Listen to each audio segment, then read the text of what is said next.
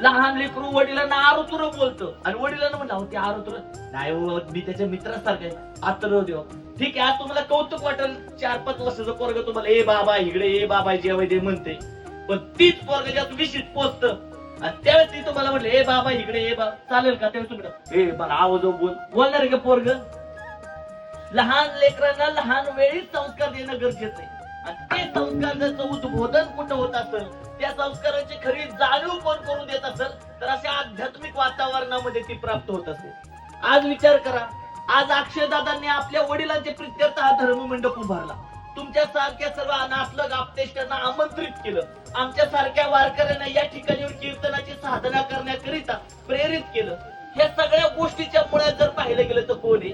त्यांचं लेकरू आहे. आपण म्हणणार कोणामुळे झाले? अक्षयदादामुळे झाले. आणि अक्षयदादाला कुणामुळे झाले? ते म्हणणार आमच्या बाबांची पुण्य आहे, आमच्या आप्पांची पुण्य आहे, म्हणून आमच्यात हे सद्गुण आहेत, हे संस्कारक्षम सद्गुण आहेत.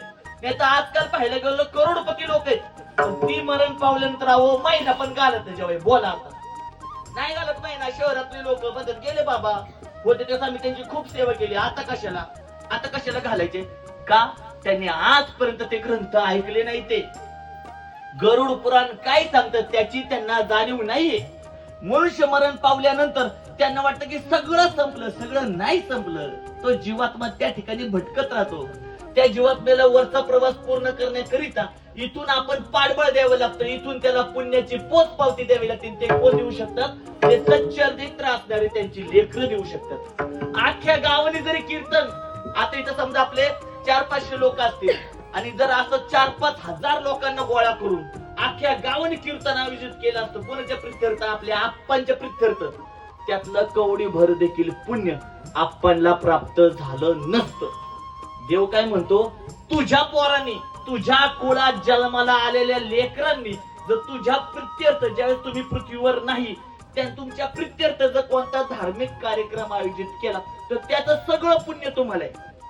म्हणून आपण आपल्या लेकरांवर जास्त अंकुश लावणं गरजेचं आहे. आपल्या लेकरांना वाईट वळणापासून थांबवणं गरजेचं आहे. आज कीर्तनात सांगायची गरज काय? देतं तुकोबाराय, ज्ञानोबाराय, महाभारत, रामायण, त्रेतायुग, सतयुग सगळं तुम्हाला माझ्यापेक्षा चांगलं माहितीये. पण तुमच्या पोटी जन्माला आलेले तुकोबाराय कसे, ज्ञानोबाराय कसे, त्यांची आता सध्या अवस्था काय याबद्दल वास्तव सांगणं फार गरजेचं आहे.